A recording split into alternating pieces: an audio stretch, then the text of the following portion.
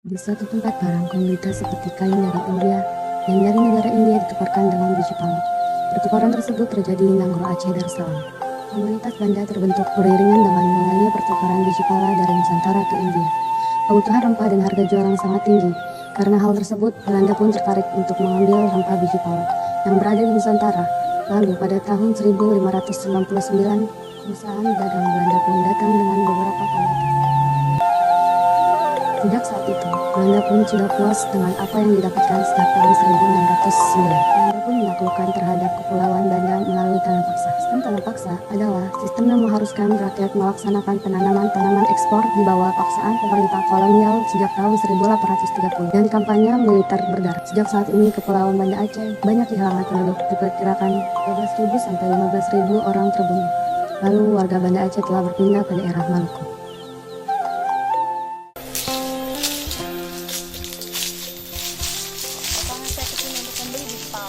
Bagaimana kalau kita bertukar barang saja?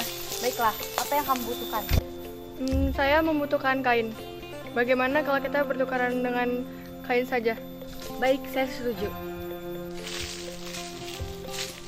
Setelah beberapa saat, dia pun datang membawa kain yang diminta Aceh. Baik, saya sudah membawakan kain untuk Anda.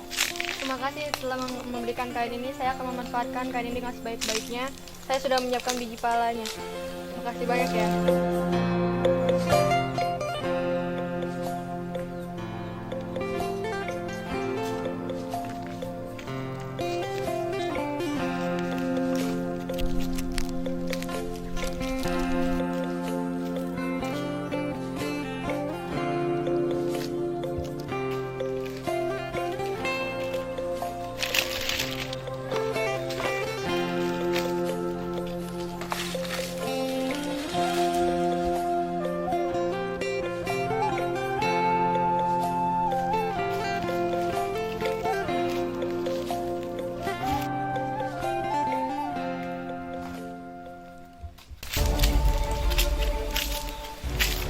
Wahai para penduduk Banda Aceh, saya ingin diberikan biji pala seperti negara India. Tidak bisa. Kami sudah melakukan perjanjian oleh negara India. Jadi, kalian tidak ingin memberikan biji pala? Lihatlah apa yang akan kami lakukan. Baik, kami akan memberikan biji pala. Tetapi, kita tidak bisa memberikan biji pala sepenuhnya atas permintaan Tuan. Kami hanya memiliki sedikit lahan. Oh, jadi kalian tidak bisa memberikan sepenuhnya? Iya, Tuan.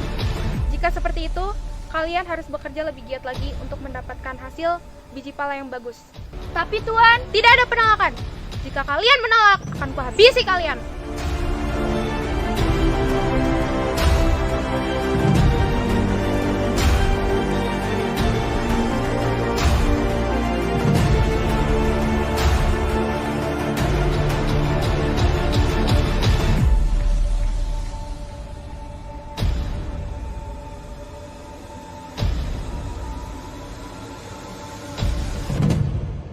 Sudah berbulan-bulan kita diperbudak oleh Belanda. Benar. Saya sudah lelah seperti ini terus. Sampai kapan kita diperbudak oleh Belanda? Belanda terlalu kejam. Karena kalau kita pergi ke kepulauan Kei saja, di sana rasanya cukup aman. Kita jangan melarikan diri. Kita harus mempertahankan tanah Aceh dan rempah biji pala. Jika kita tidak pergi dari sini, mau sampai kapan kita diperbudak oleh Belanda? Saya sudah tidak sanggup atas kelitikan Belanda. Karena tidak kuat oleh kelicikan Belanda, kita harus mengusir Belanda dengan cara memberontaknya. Bagaimana cara kita memberontak? Kita tidak cukup untuk memberontak Belanda. Iya, bagaimana cara kita memberontak? Pasti hidup kita akan terancam. Ada banyak hal untuk melawan Belanda. Kita harus bersatu melawan Belanda. Jika kita bersatu, Belanda akan kalah melawan kita. Apakah dengan cara itu kita bisa mengusir Belanda, sedangkan penduduk kita sudah habis dibunuh oleh Belanda? Kita belum pernah mencoba hal tersebut. Apa salahnya jika kita mencoba hal tersebut?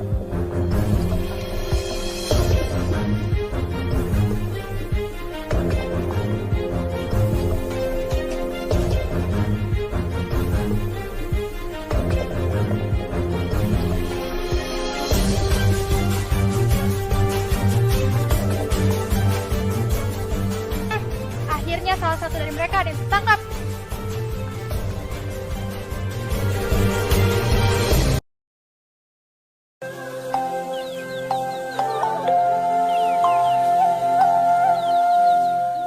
Di mana masa itu, kelaparan seakan menghabisi para petani tadi gaji.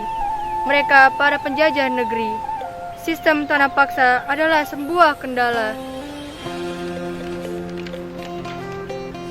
di mana negara Indonesia dijajah oleh mereka.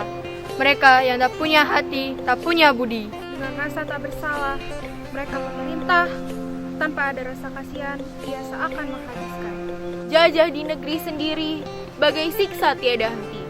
Mengapa hanya diam di berontak? Ini rumah kita. Mereka tidak ada hak untuk bertindak. Hasil alam Indonesia milik kita miliki bersama. Bukan hak mereka untuk menyentuh. Mereka hanyalah tamu yang rusuh. Kini itu telah menjadi sejarah. Sejarah yang tak terlupakan oleh kita semua dan generasi seterusnya. Ini adalah persembahan dari kami berlima tentang sejarah Biji Pala.